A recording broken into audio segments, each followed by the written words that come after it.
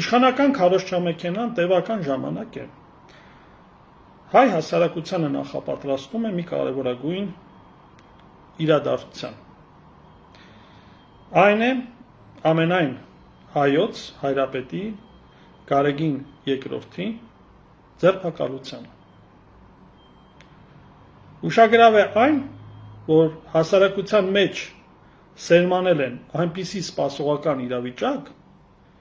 երբ ասես հասարակությունը ճակերտյալ սպասում է անհամբեր վեհապարի ձերբակալությանը։ Ըստ իս,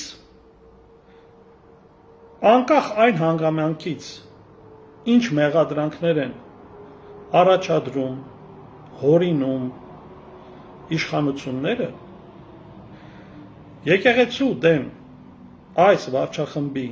արշավը ունի միայն մեկ գեր նպատակ, այն է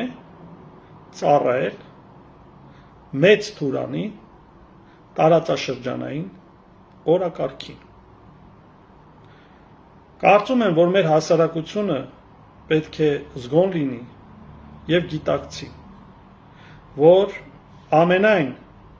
հայոց կաթողիկոսի և հայ առաքելական Սուրբ եկեղեցու դեմ նախաձեռնված այս կեղտոտ քարոզարշավը չի բխում մեր ազգային և պետական շահերից։